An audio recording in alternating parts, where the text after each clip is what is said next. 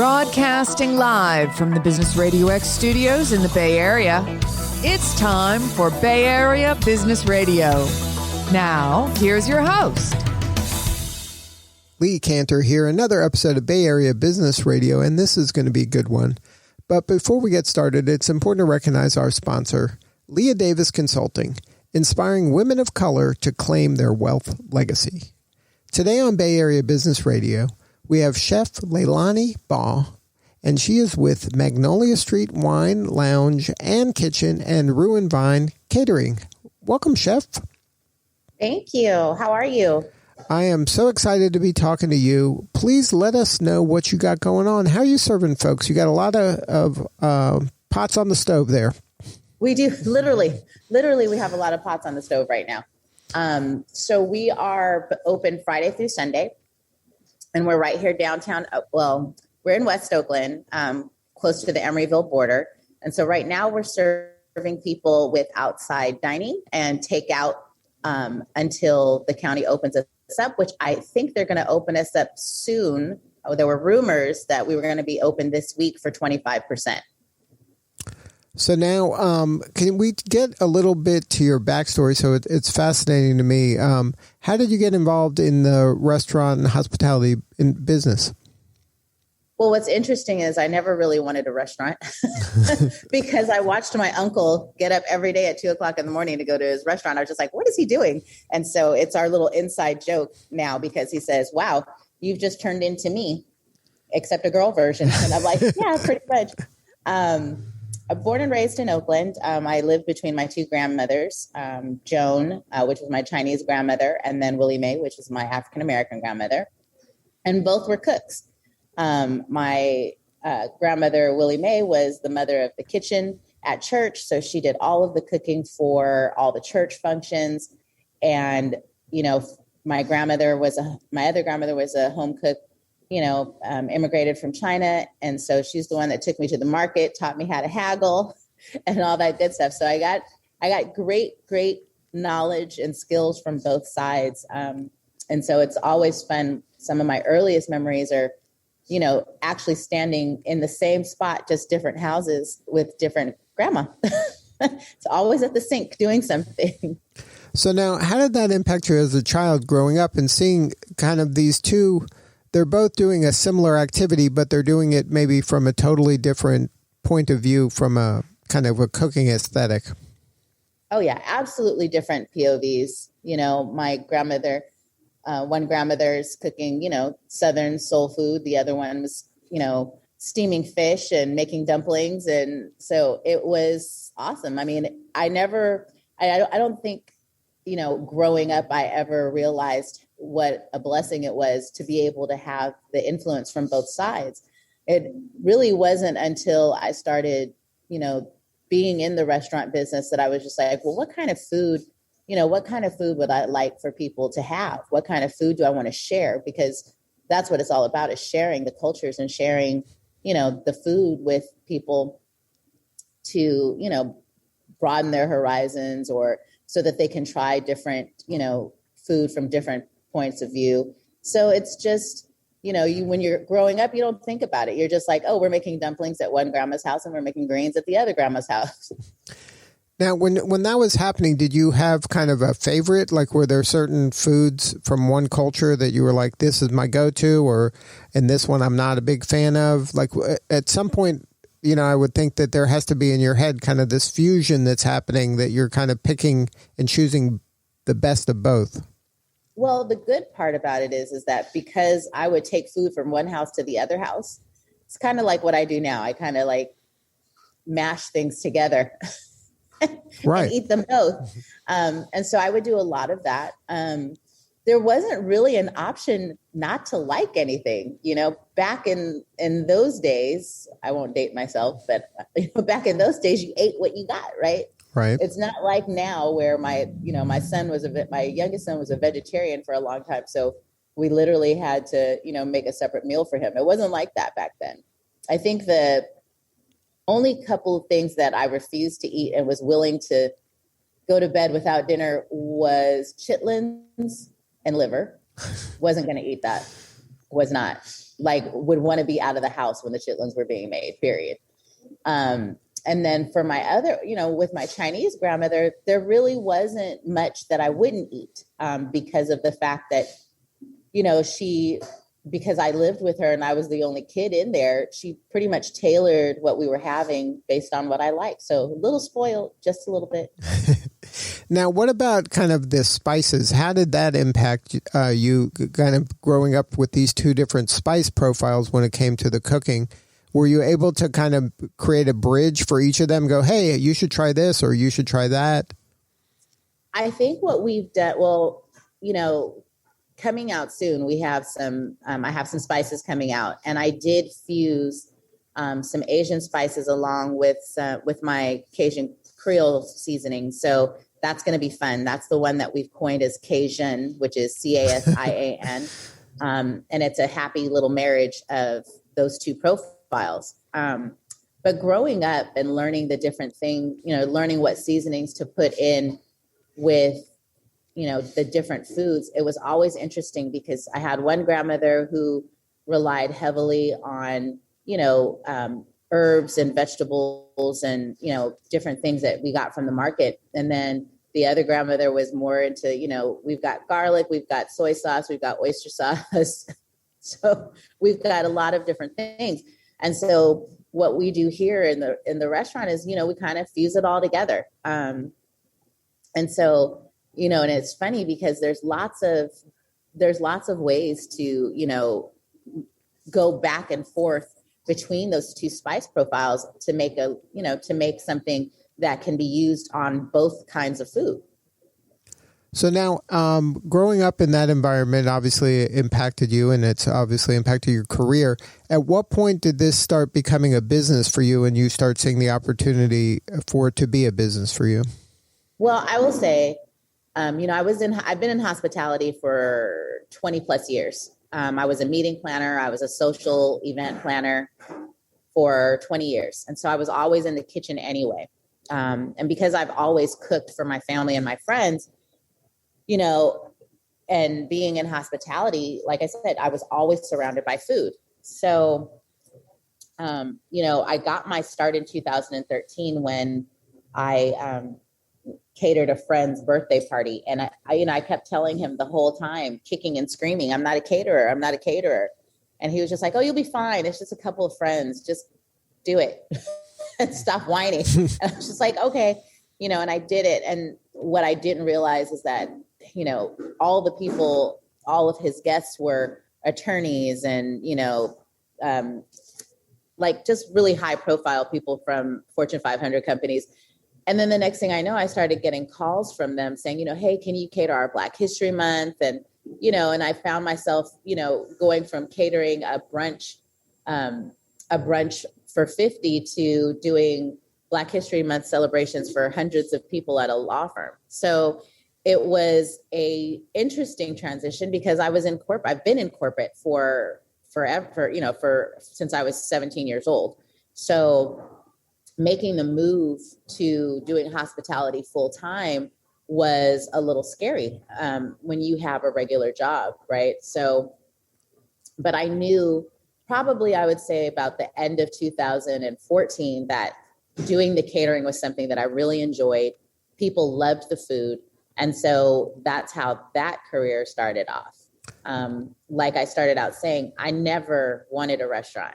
It was never my intention to have one. And my husband kept saying, you're going to end up getting a restaurant. You know that, right? You're going to end up getting a restaurant. And I was just like, no, I'm not. I promise you I'm not, And basically what happened was I got an opportunity from my friend Stephanie Sullivan, who manages Bricks 581 over by Jack London Square. They needed a chef. And so what they were offering, in terms of having my own kitchen space versus renting out a commercial kitchen and not being able to have my customers be able to sit down anywhere to eat. The next thing you knew, I had a restaurant. And so that's how that came about. And now that restaurant, I named Roux and Vine after the catering company. And now we're on our second iteration of restaurant life with Magnolia Street Wine Lounge and Kitchen. Now, did you have any kind of thoughts while this was occurring? And it sounds like you're kind of accidentally, the universe accidentally maybe guided you in this direction. But did you have any like of this imposter syndrome? Like, I'm not really a chef, that, I grew up around food, but that, I'm not a real chef, but you just seem to be really great at it and were able to, kind of execute at a level where people were happy with what you were doing. Did you have any of those fears or insecurities? Oh, absolutely. Oh my gosh. Absolutely. I didn't go to culinary school. I am just a home cook that just happens to make food that people enjoy, and they want to pay for it. So I'm appreciative of that.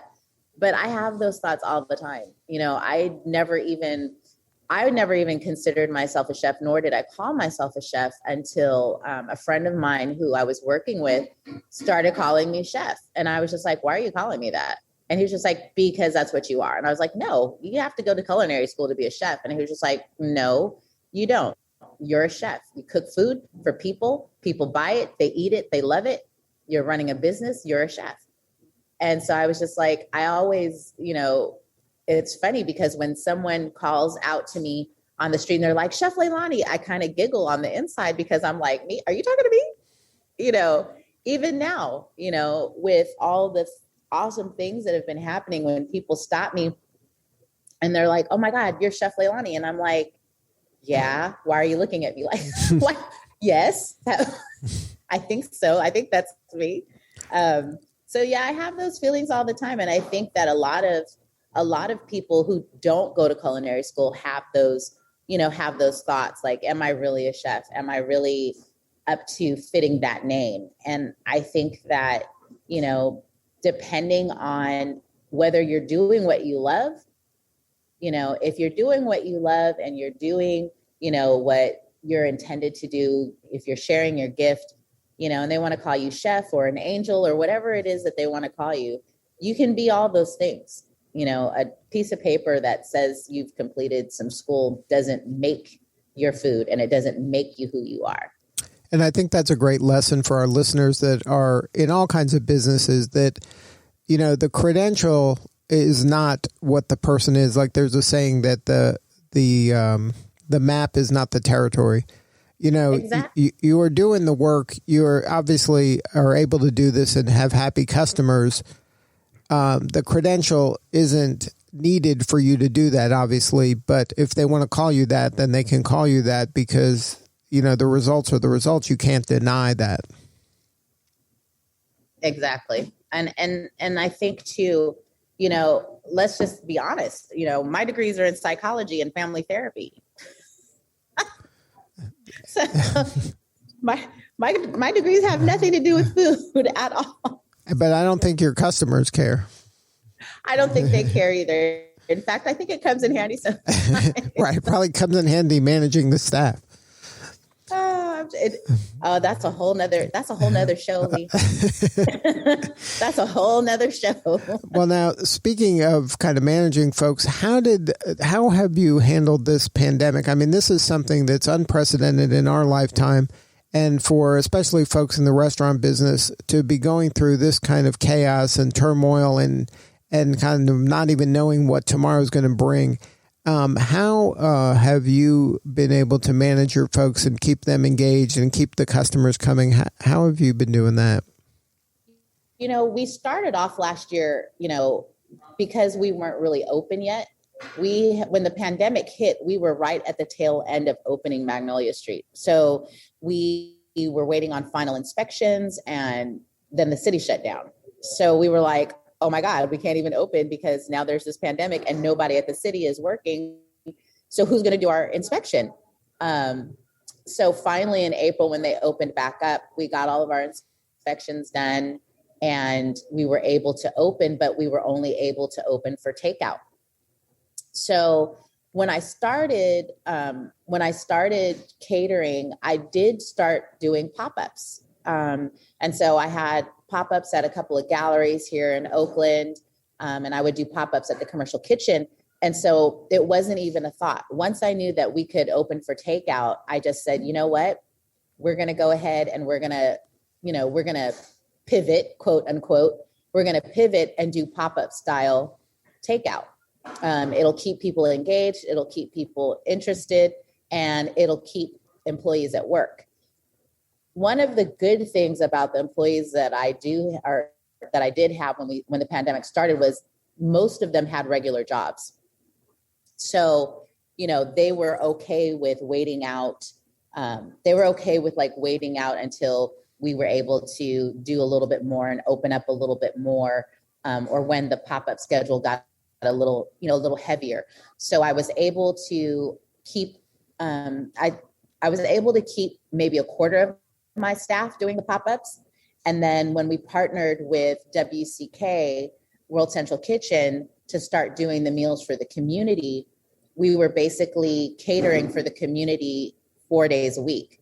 And so that was what allowed me to bring more of my staff people back, because then we needed, I needed extra hands in the kitchen. So I needed to bring back Chef Mecca. I needed to bring back Chef Tam and Aaron, and, to be able to handle the load that we were doing with WCK. But like most things in the pandemic, it comes in waves, right? So you have, we have the need for kitchen staff, but we didn't have a need for servers because we were just doing takeout. So, that's something that I could, that we could do in-house without bringing back too many of our servers. And so it was just, it's always been this fine dance between how many hours we have to offer versus what our payroll budget can handle. And, now that a lot of the WCK program has wound down, we've gone from doing 1,200 meals a week to 200. So now we're back in that state where I don't need so many hands in the kitchen during the week per se, but the restaurant is open Friday through Sunday. So I'm always manipulating the schedule and just trying to make sure that, my folks can work. It's my responsibility because they're like my family, and it's my responsibility to make sure that they can take care, that I feel rather that it's my responsibility to help them be able to take care of their families as much as they can. It's the glamorous restaurant life that you were trying to avoid as a young person. Yes, you should see the bags under my eyes. It's just like constant thinking in the middle of the night. Oh my God, how many hours do we have for people? So it's just, and this is the part that I didn't, want through the restaurant business. Catering, it's just, you hire based on the job, right? With the restaurant, it's ongoing. Right. It's every day. Right. It's every day. And you don't know, are there going to be 80 customers? Are we going to turn are we going to turn our little outside parklet 15 times? Or are we going to turn it 2 times? Right. You don't know. Every day is an adventure. Every day is an adventure. And I pray every day that it's not quite as adventurous as the last. Well, congratulations on all the success. You're doing important work and we appreciate you. And this story is one, I hope to see in a movie theater. It's a great story. It really is an amazing story. Congratulations. Thank you so much, Lee. Now, if somebody wants to kind of learn more about what you got going on, is there kind of a central website for both of those restaurants? Or Yes. So if you go to chefleilani.com, you'll be able to find out all the good stuff that's happening at the restaurant and through catering. We've started some amazing cooking demonstrations via Zoom for couples and families and, different organizations and stuff like that. So we're doing some really cool stuff. We're still feeding our community. We're still, working with a couple of different organizations to make sure that our community members and our seniors can get fed, can get their meals. So that's been really, really heartwarming work and necessary work. And so, being a blessing to others is what keeps you blessed and what keeps you going. So check us out. Give us a call if you have any questions. Our number is 510-205-8540. And if somebody wants to do the Zoom thing, do they come to your restaurant to pick up the food and they go back on Zoom and then cook it together? Or is it somebody that can anybody anywhere kind of go in? We can do either option. We are doing a Zoom class for an organization where we're actually like mailing out the food to people. So it's a food pack that has everything that they need in it. We also have the ability to have people come here to the restaurant and they can pick up their food and wine boxes. And then for people that are, that are spread out all over, we offer classes where you get an ingredient list, a shopping list rather, and the recipes, and then you can follow along on Zoom. Wow, that's fantastic. You're able to reach everybody now. It's not just the immediate area. You can reach people all over the globe. All over the globe. And I think it's pretty amazing that somebody wants to learn how to make shrimp and grits in Sri Lanka. You don't know. You never know. You never know. Well, thank you again for sharing your story today. Thank you for having me, Lee. All right, this is Lee Cantor. We will see you all next time on Bay Area Business Radio.